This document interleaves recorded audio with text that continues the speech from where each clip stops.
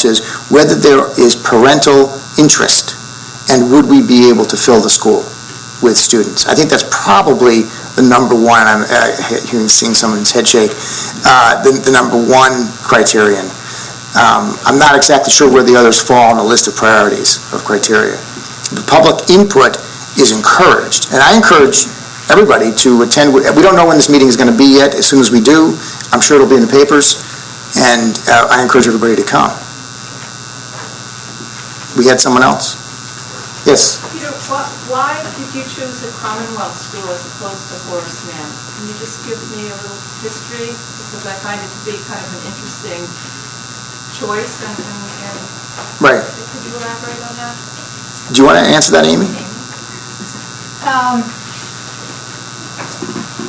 Horace Manns are don't as common, and they tend to come more traditional. That's just speaking for our farm. They're not, I don't actually know of groups that have, where it's been a grassroots movement that has formed into Horace Mann. But it would be something that, the district maybe would approach a group and say, I'm really interested in Horace Mann. But it's district run, it's run by the superintendent, so it is very much a different model. It is also a labs kind of school, so it is promoting innovation and has, different criteria. But it goes through the superintendent, so it's a different model. And there are only, 5 in Massachusetts? Do you know the number? I don't know.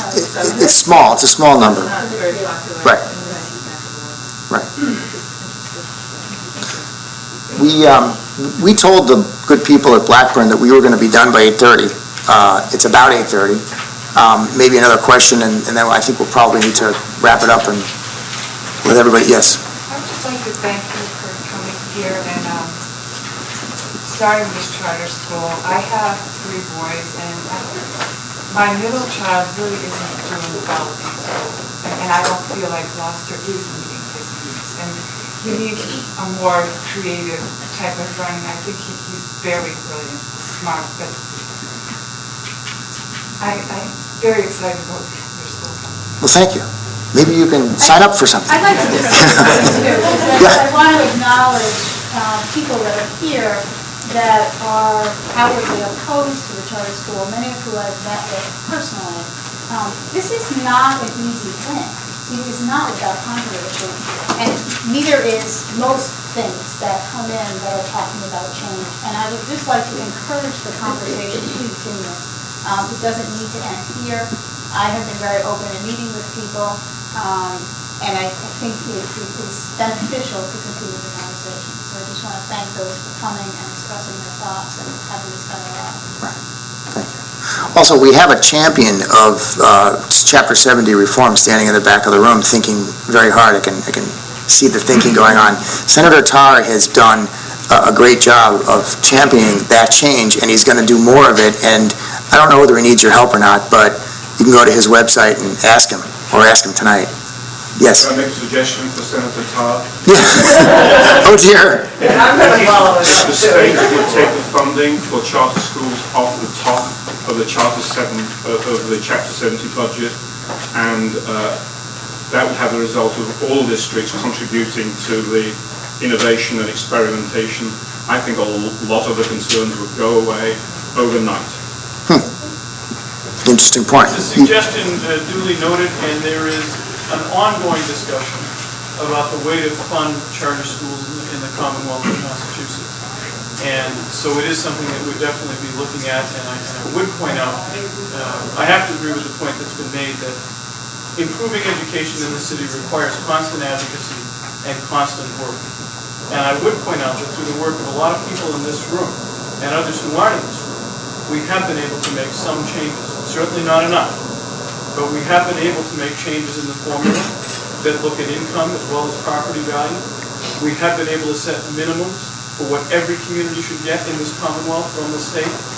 We have been able to make some progress, and I would hope that regardless of how this discussion goes, that none of us loses focus on the need to continue doing that.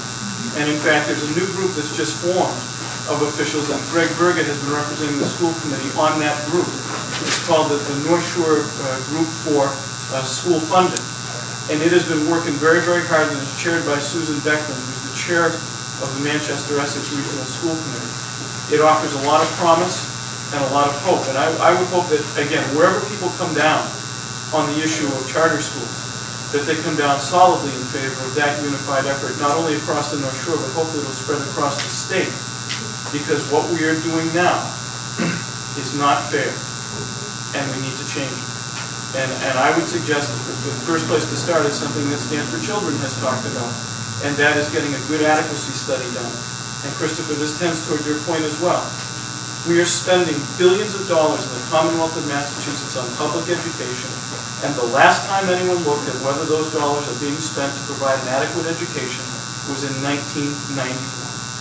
Wow. The law itself says that we are supposed to review that progress. And that report has not been forthcoming in a very long time.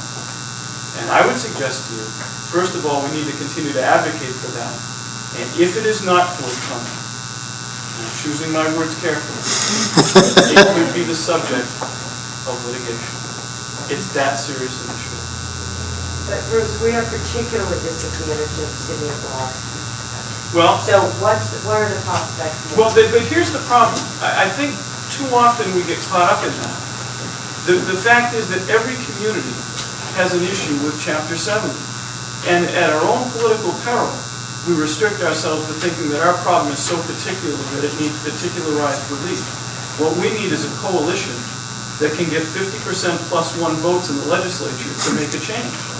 And that's why I'm so excited about this group, because it follows on the model of other successful groups like Stand for Children. The problem with changing what's going on now isn't on each of us identifying our own individual problem. It's each of us identifying a common problem that we can move the legislature to act on. And again, the example that I use is the fact that everyone knows that the formula, since its inception, was skewed toward property value. And that hurt us. Bad, very bad. We have been able to change that. Not totally in the way that I would like, but now we consider aggregate income along with aggregate property value.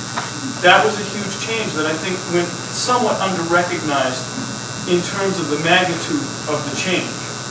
So we can get there, but it's only because we focused on that one thing and said everybody can agree to that. And what a lot of my colleagues are looking for is that next one thing. There's been a lot of discussion, I apologize for venting. No, go ahead. Discussion in this room tonight about the readiness project. Well, let me encourage all of you to look at the readiness report and see what you see mentioned about changing Chapter 70. First of all, I think it's only mentioned 3 times. And second of all, the recommendation is another study. That's the difficulty that we face. So there ought to be something that we can all agree on, and that is we need systemic change in school funding. And I would suggest to you, a few weeks ago, I traveled to New York City at the recommendation of our congressman. And I met with Professor Mike Rebell at Teachers College, Columbia, who has been the pivotal figure in almost every adequacy study that's been done across this country, and hence every lawsuit that's been successfully based on every adequacy study. And we talked extensively about this. And I have been converted from someone who believed that the principal argument was equity to someone who believes now that the principal argument is adequacy. Because the Supreme Judicial Court of this state has said that every child deserves an adequate education, and it defined what that means. There are 7 skills that adequacy means. And I would suggest to you that the fact that we don't have a current study that tells us whether we're meeting those goals exposes us to legal vulnerability. Whether a court challenge would be successful or not, I don't know. That's the problem with legalities. We have at least a couple of attorneys in the room.